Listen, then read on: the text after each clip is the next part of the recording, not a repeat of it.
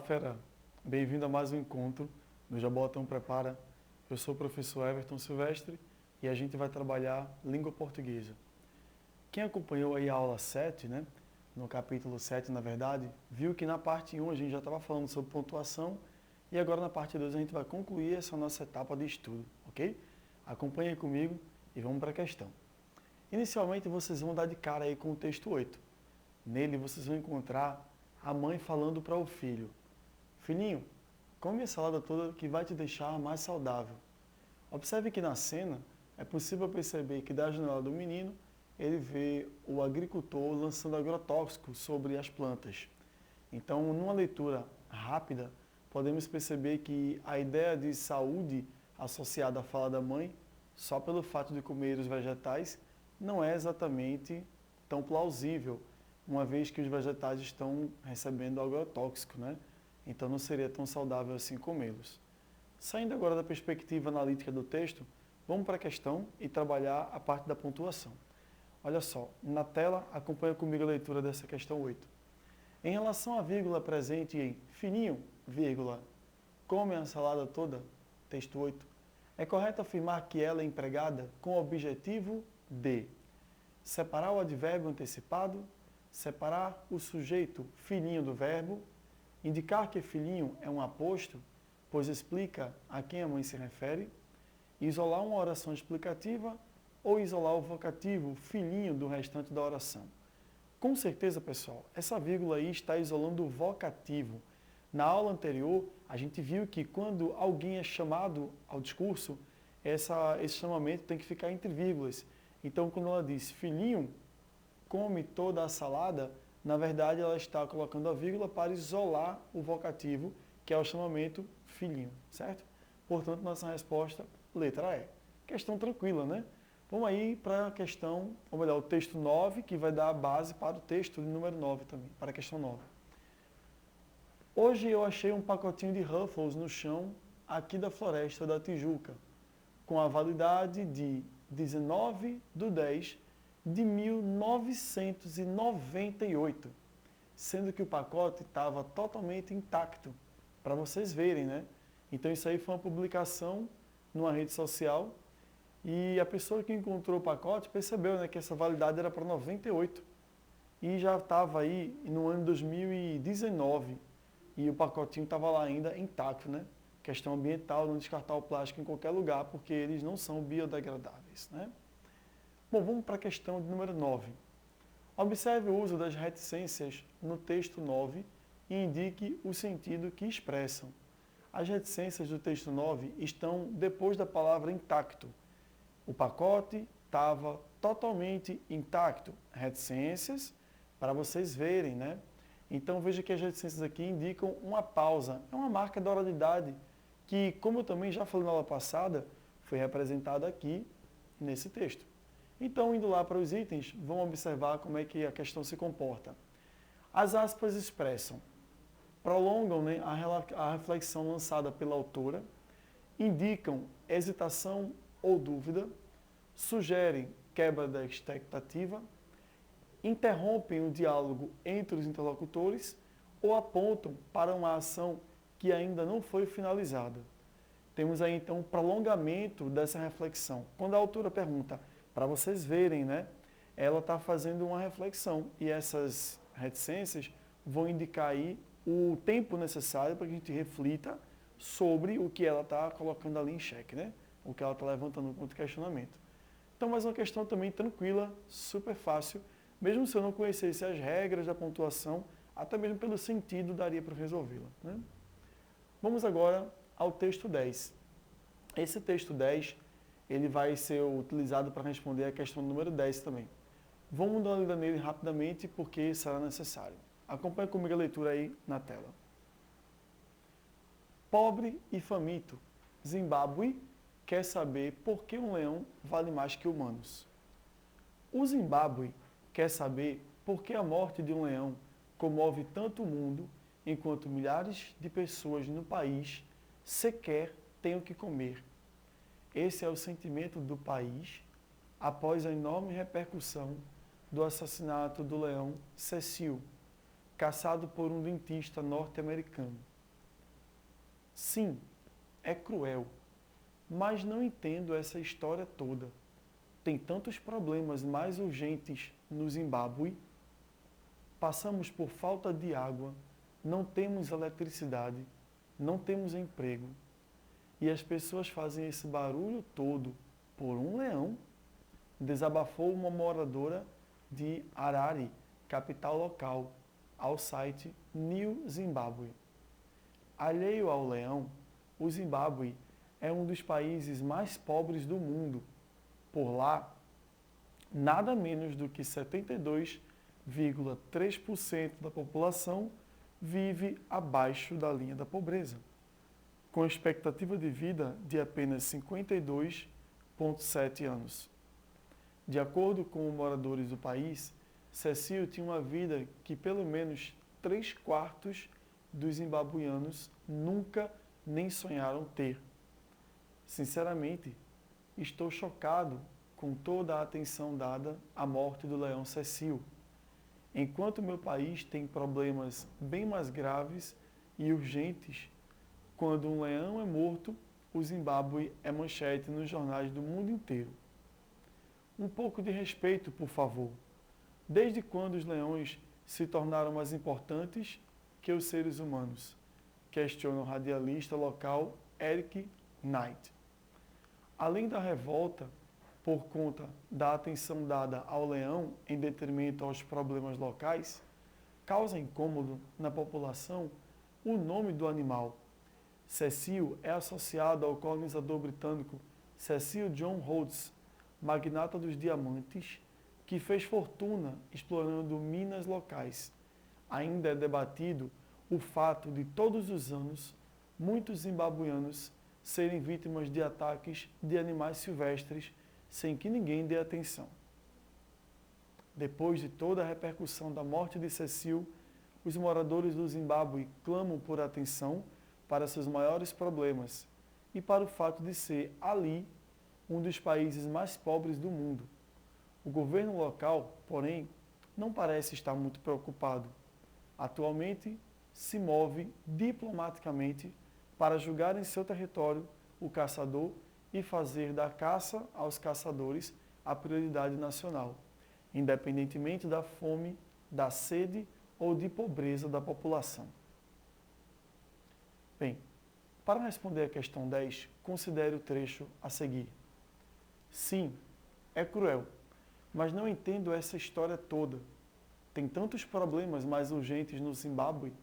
Passamos por falta de água, não temos eletricidade, não temos emprego e as pessoas fazem esse barulho todo por um leão, desabafou uma moradora de Harare, capital local, ao site New Zimbabwe. Considerando o uso da vírgula no trecho, assinale a opção correta. As vírgulas do trecho são obrigatórias. Olhando o trecho novamente, a gente percebe, sim, vírgula, é cruel. Neste momento, a vírgula que foi colocada ali está colocada para isolar o advérbio. Portanto, é uma vírgula que de fato se faz necessária. Logo em seguida, a gente encontra a próxima vírgula no terceiro período. Tem tantos problemas mais graves no Zimbábue, vírgula.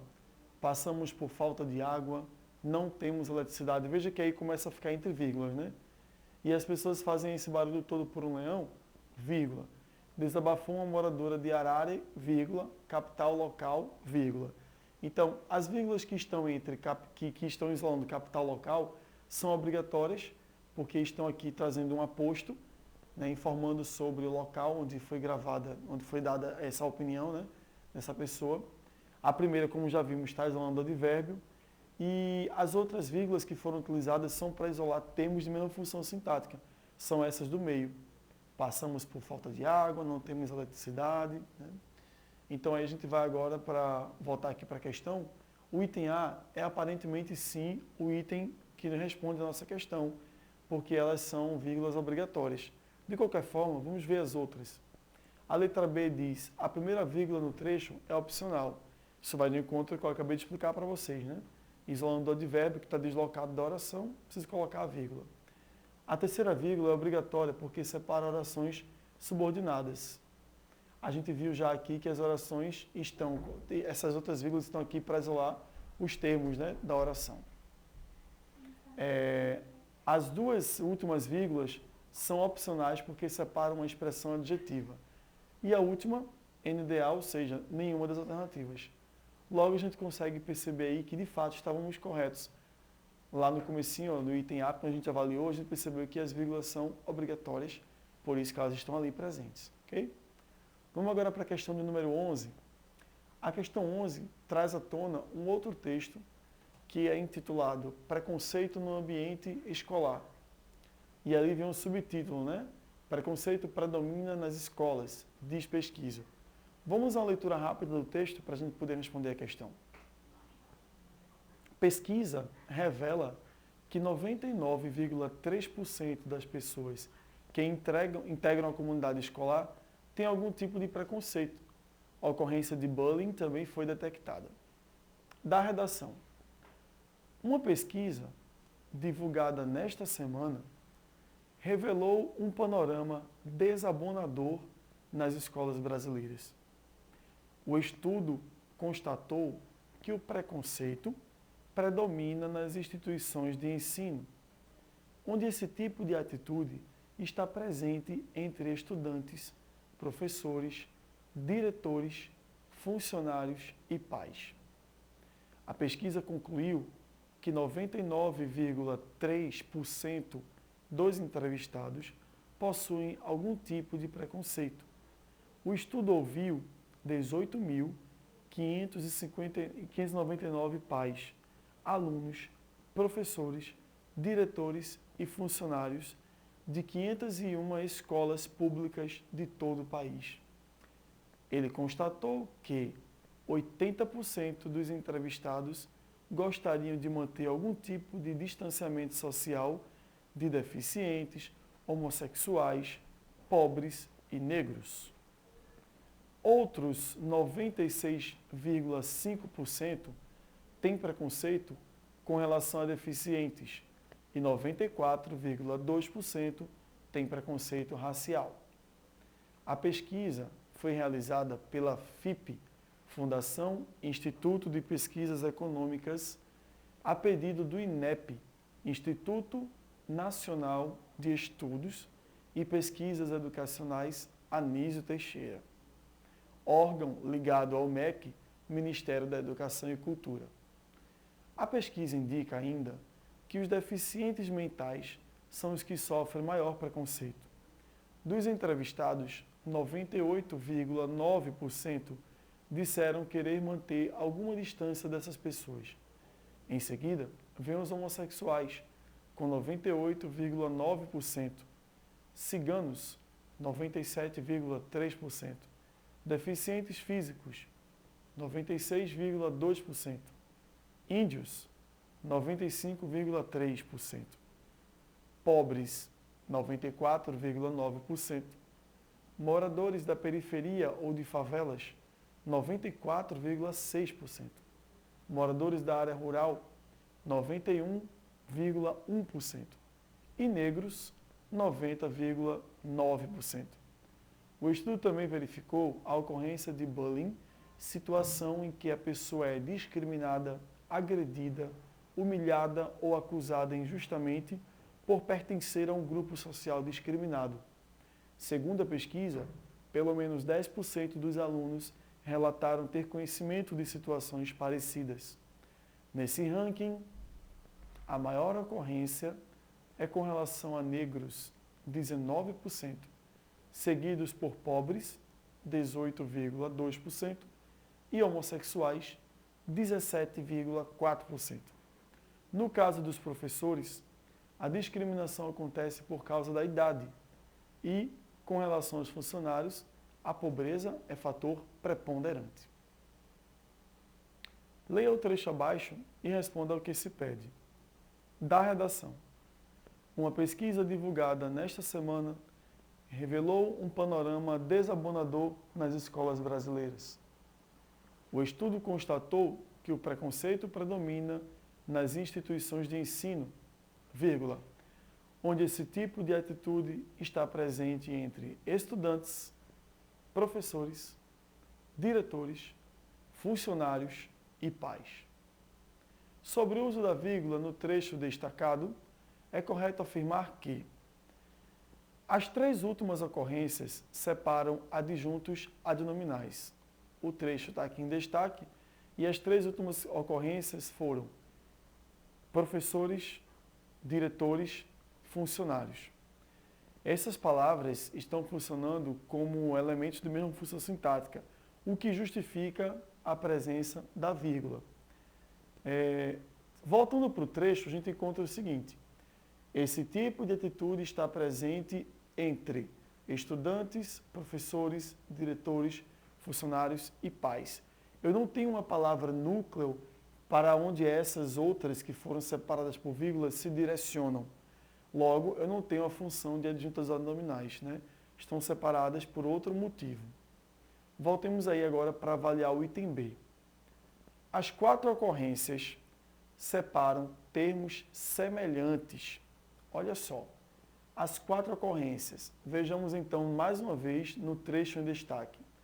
Eu tenho uma ocorrência, logo de cara, onde temos assim: o estudo constatou que o preconceito predomina nas instituições de ensino. Aí está a primeira ocorrência, onde esse tipo de atitude está presente entre estudantes, professores, diretores, funcionários e pais. Então, veja que as quatro ocorrências aí que foram designadas, elas separam termos semelhantes? Não.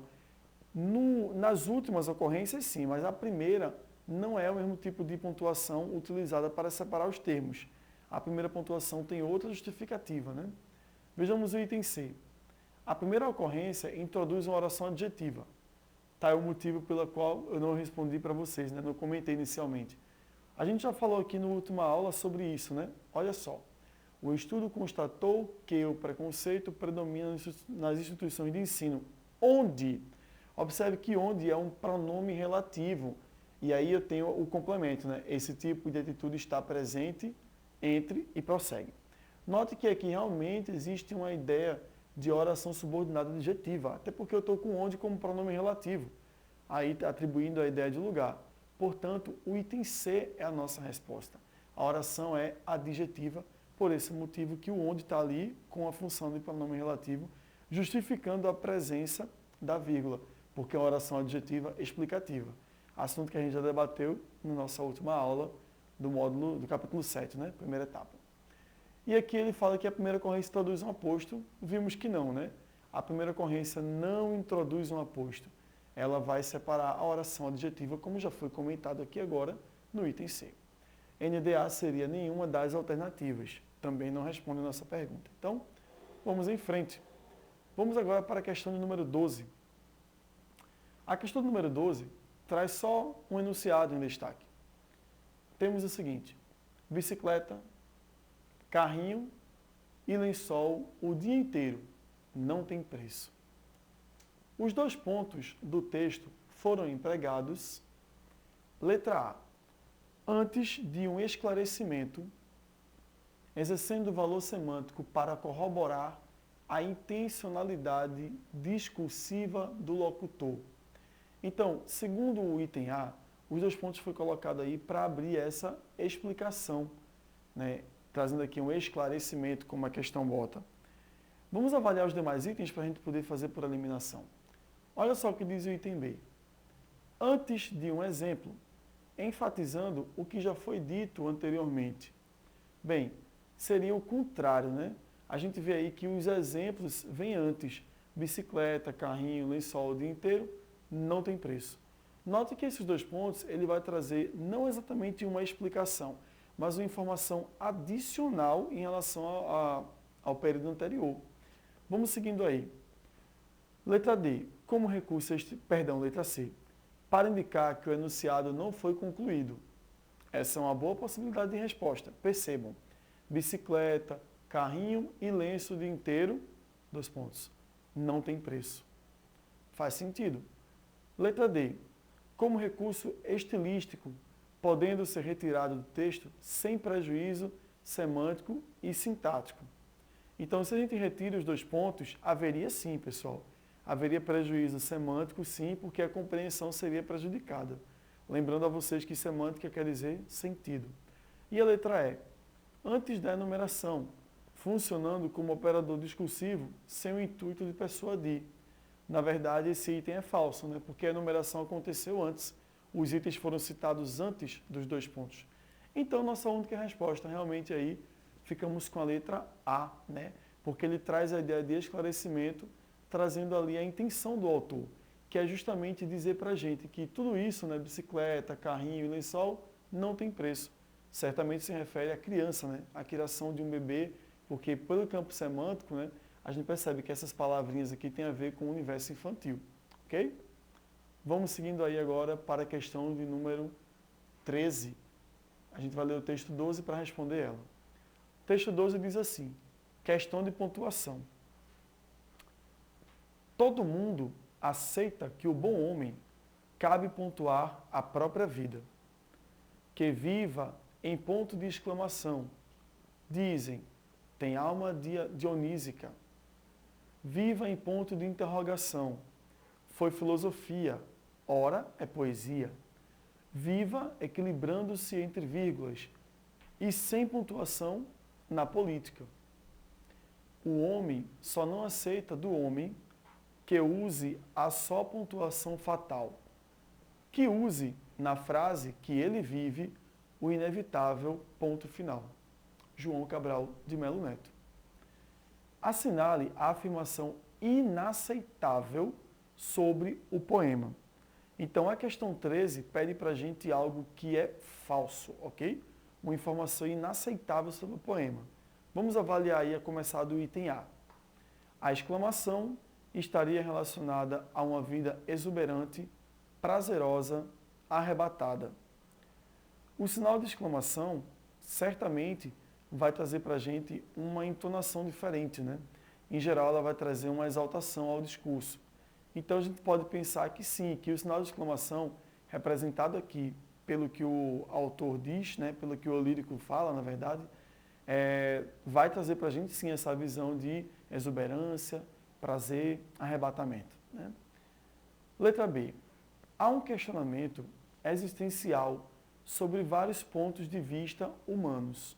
Bom, a gente voltando aqui para o texto, a gente percebe que existe sim uma ideia de questionar, né?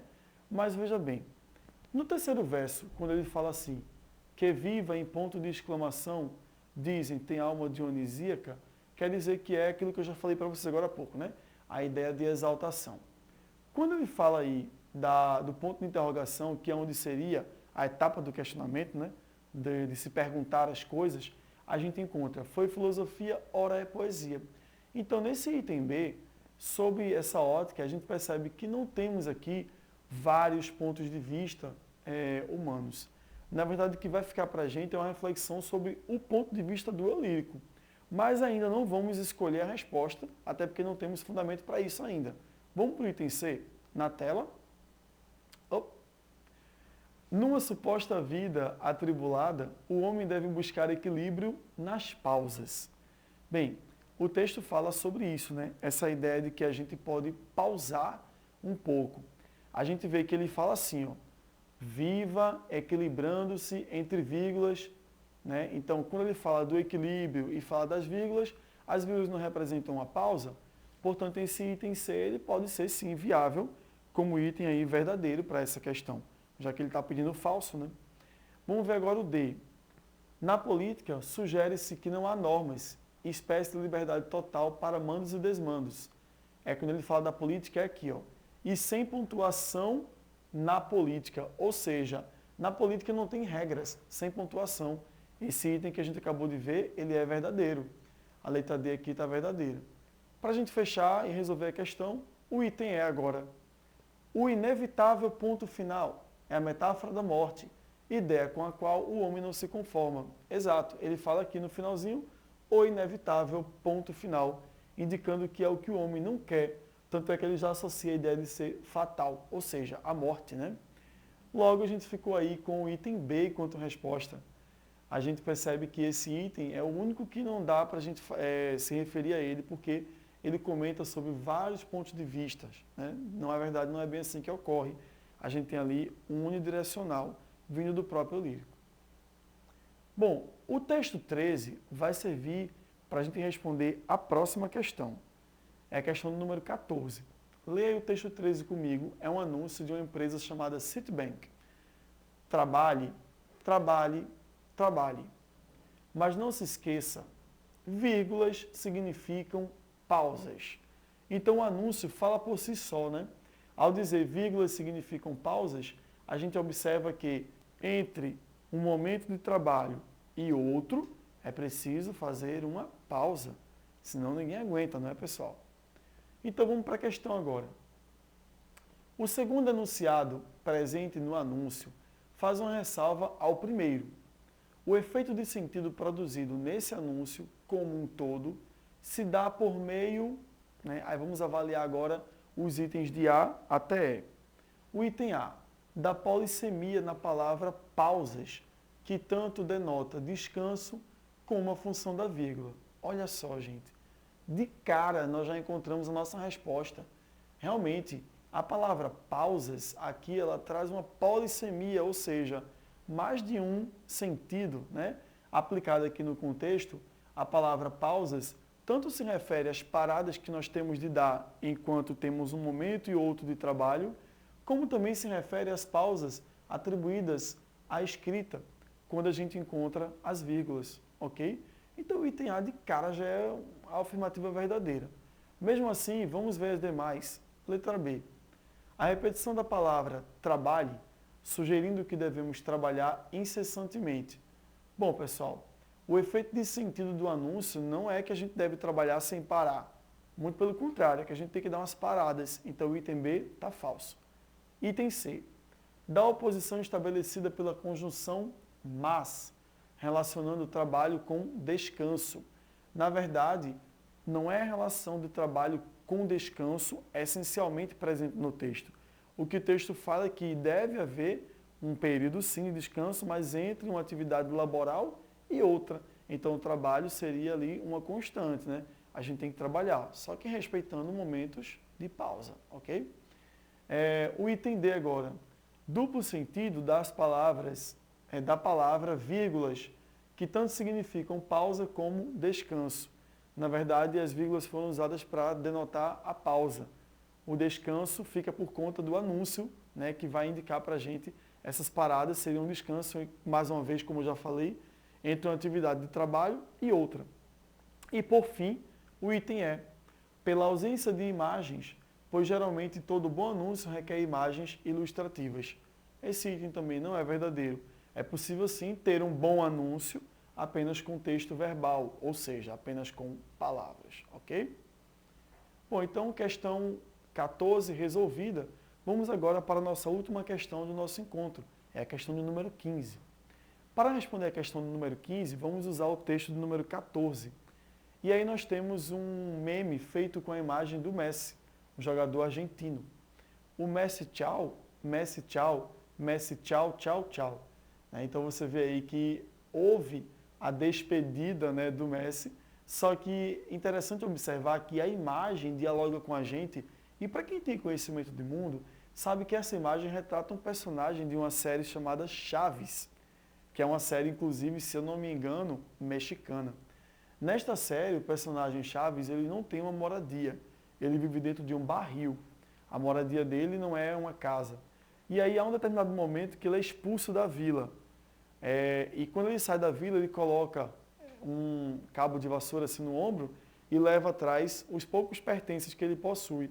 É essa imagem que está sendo retratada aqui do Chaves, porém com a cabeça do Messi colocada ali no personagem, mostrando que o Messi está indo embora, né, para a Argentina. Então, o uso da vírgula no texto escrito tem a função de... Vou botar aqui só mais uma vez para a gente observar.